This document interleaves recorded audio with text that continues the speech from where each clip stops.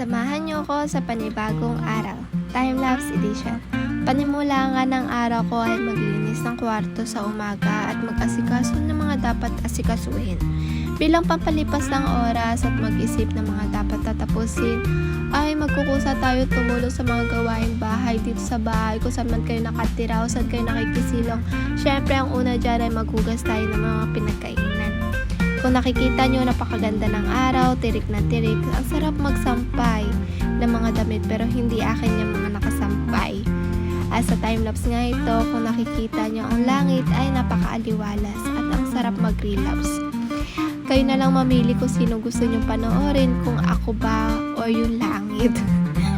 So pagkatapos natin mag-urong, syempre magpahinga naman tayo at mag-isip-isip ano pa ang mga pwede natin gawin sa araw na ito. At habang naghihintay ng oras, makipaghalubilo muna tayo sa pusa.